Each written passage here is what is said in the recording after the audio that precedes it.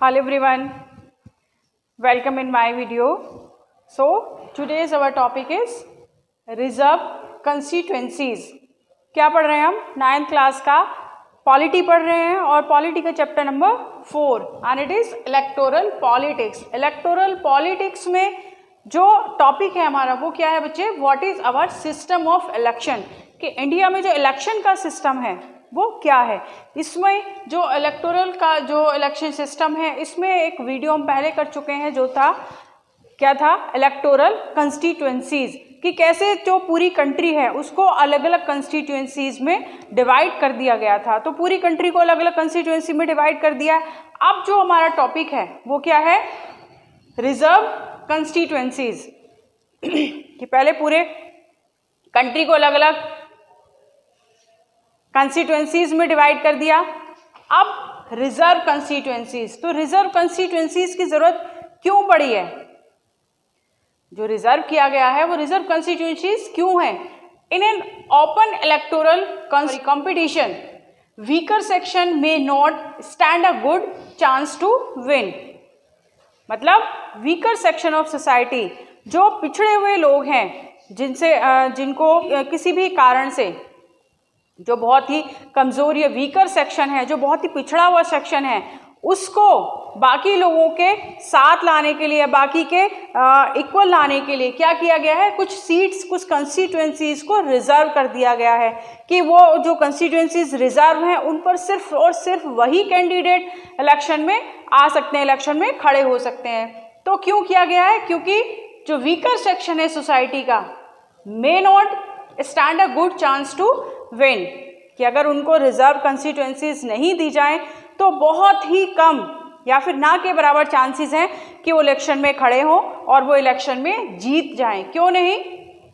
Because lack of required resources, कि जो election के लिए रिसोर्सेज की ज़रूरत है वो तो उनके पास नहीं है. एजुकेशन, वीकर सेक्शन है, पिछड़ा हुआ सेक्शन है, तो एजुकेशन में भी वो बहुत पिछड़ा हुआ है, मतलब बहुत ही कम लोग एजुकेटेड हैं. And contact to contest, election contest करने के लिए उसके जो बाकी लोगों से कॉन्टैक्ट हैं वो भी उसके पास नहीं है.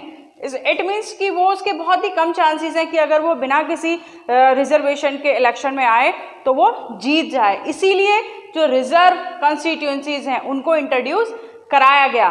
Powerful and resourceful people may prevent them from winning election, जो बहुत ही पावरफुल हैं, रिचर पर्सन है, प्रॉस्पेरियस पर्सन है सोसाइटी के, वो क्या है?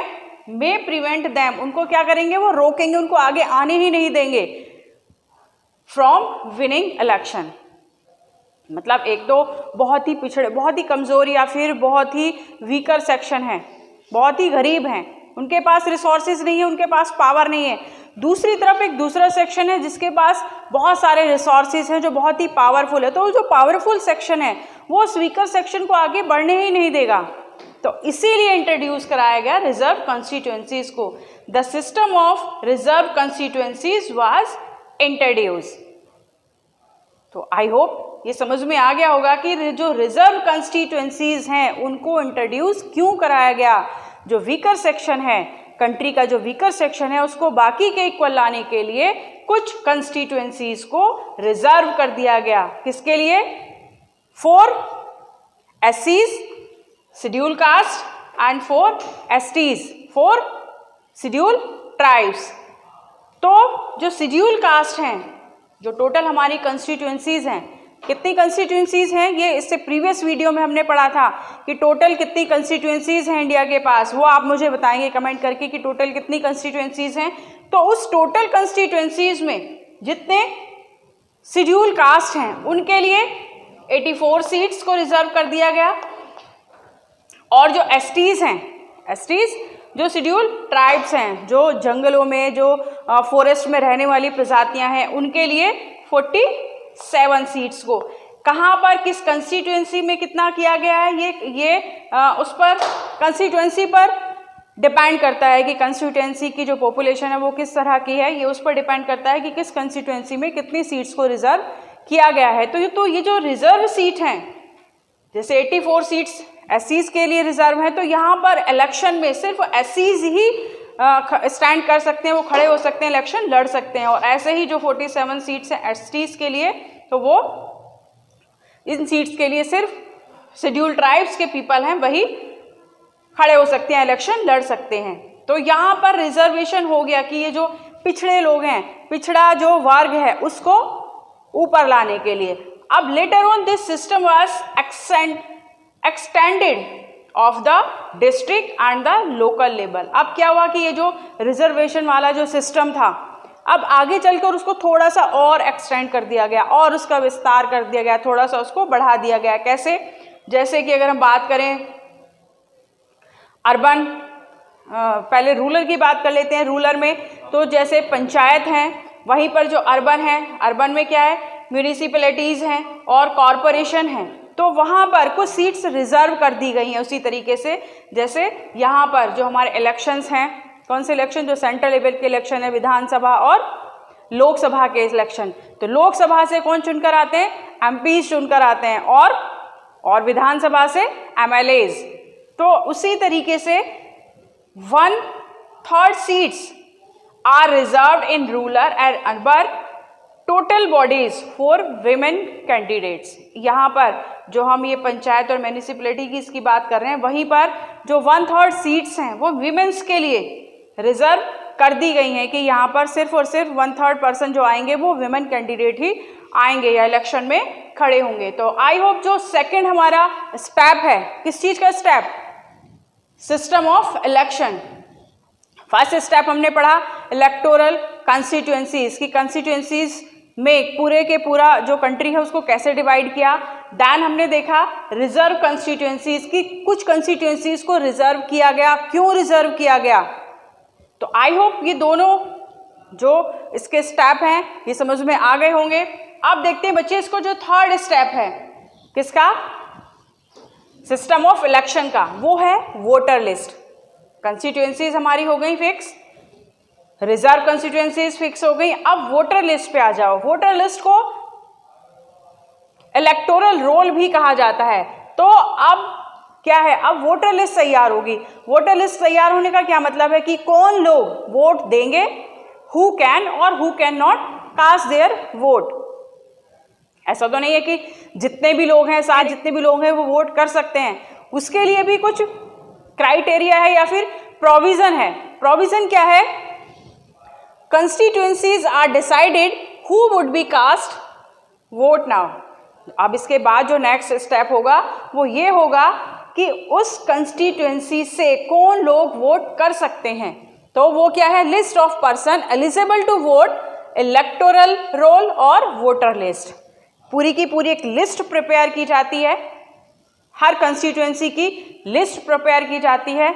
उस लिस्ट में जितने भी एलिजिबल पर्सन हैं, एलिजिबल पर्सन से मतलब जो वोट करने लायक हैं अकॉर्डिंग टू प्रोविजन, जो वोट कर सकते हैं, जितने भी 18 से अबव पीपल हैं, वो उनकी लिस्ट बनाई जाती है कि वो लोग वोट कर सकते हैं या फिर उनकी वोट बनाई जाती है। It is based on the principle of universal adult franchise. Universal adult franchise पहले भी हमने पढ़ा है, जिसका क्या मतलब है, 1 पर्सन 1 वोट 1 वैल्यू। और किसी भी तरह से, चाहे वो बिल्कुल टॉप का पीपल है, चाहे वो बहुत ही गरीब है, चाहे बहुत अमीर है, चाहे वो किसी से हम डिस्क्रिमिनेशन नहीं कर सकते हैं, किसी को भी हम वोट देने से मना नहीं कर सकते हैं कि वो एक तो बहुत ज़्यादा पढ़ा लिखा है तो वो वोट कर सकता है, कुछ कम पढ़ा लिखा है, कुछ बिल्कुल पढ़ा लिखा नहीं है। किसी से हम कास्ट के आधार पर, उसके जेंडर के आधार पर, ग्रीड के आधार पर, कि किसी कास्ट, ग्रीड और जेंडर, इसके बेस पर हम डिस्क्रिमिनेशन नहीं कर सकते हैं। सब लोग जितने भी एलिजिबल हैं, एलिजिबल अबव 18 ईयर, वो क्या कर सकते हैं, वोट कर सकते हैं। तो उन सबके नाम, किनके, जितने भी पर्सन 18 साल की उम्र के ऊपर हैं, जो मतलब 18 साल के हो चुके हैं, उनके नाम कहाँ होते हैं, इलेक्टोरल रोल में, वोटर लिस्ट में उन सबके नाम होते हैं। और ये लिस्ट पहले ही इलेक्शन होने से काफ़ी पहले प्रिपेयर कर ली जाती है। ऐसा नहीं कि उसको लास्ट दिन के लिए छोड़ा जाए कि लास्ट में उसको प्रिपेयर करेंगे, बहुत पहले उसको बना लिया जाता है सारे वोटर्स को वोटर्स तक वो लिस्ट पहुंचा दी जाती है ताकि जिस दिन वोटर पोलिंग डे हो उस दिन वो वोट कास्ट कर सकें। But and very rare situation, हम किसी को मना नहीं कर सकते हैं, या फिर जो हमारा कॉन्स्टिट्यूशन है उसमें किसी को मना नहीं किया गया वोट पर, सब लोग वोट कर सकते हैं। अभी हमने बताया कि चाहे वो बहुत अमीर है, बहुत गरीब है, काला है, गोरा है, पढ़ा लिखा है, अनपढ़ है, कोई भी है, वोट सब लोग कर सकते हैं। But in very rare situation, बहुत ही कम सिचुएशन में ऐसा होता है, सम क्रिमिनल्स, जो क्रिमिनल्स हैं उनको, and some persons with unsound mind can be denied to right to vote. किसको? जो क्रिमिनल है और unsound people, unsound mind. Unsound mind से क्या मतलब है? जिनका दिमाग ठीक से काम नहीं कर रहा है, या फिर जो दिमागी तौर पर स्वस्थ नहीं है, दिमागी तौर पर हेल्दी नहीं है, उनसे वोट के राइट्स ले लिए गए हैं या फिर उनको वोटिंग राइट नहीं दिए गए हैं। इसके अलावा एपिक एक वर्ड आता है। एपिक का मतलब क्या होता है? एपिक का मतलब होता है इलेक्शन फोटो आइडेंटिटी कार्ड, जो वोटर्स को प्रोवाइड कराया जाता है। और वोटर्स जिस दिन अपना वोट कास्ट करने जाते हैं, जब वो अपनी वोट डालने जाते हैं, तो क्या करते हैं कि ये जो इलेक्शन फोटो आइडेंटिटी कार्ड है उसको लेकर जाना होता है। किस लिए?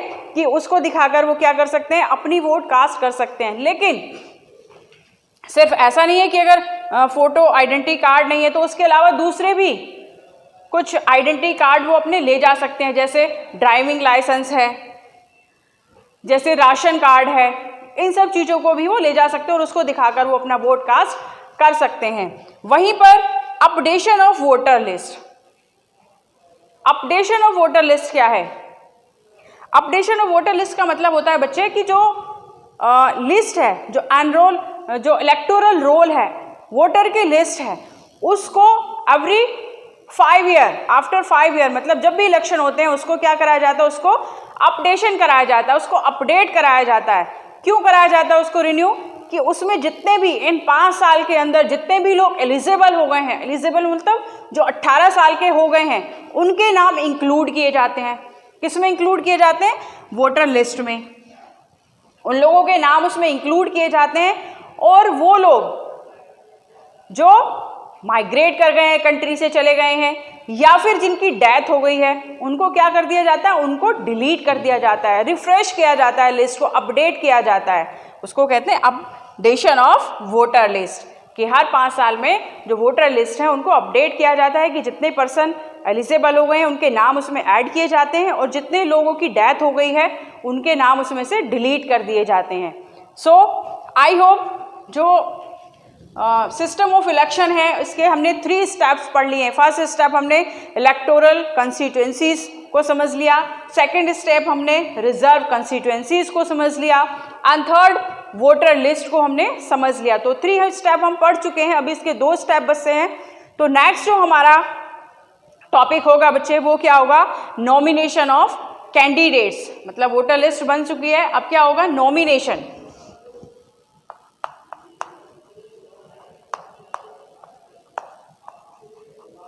Nomination of candidates. It is our next topic. So this is all about this video.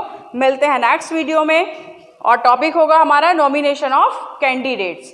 So till then, goodbye, take care.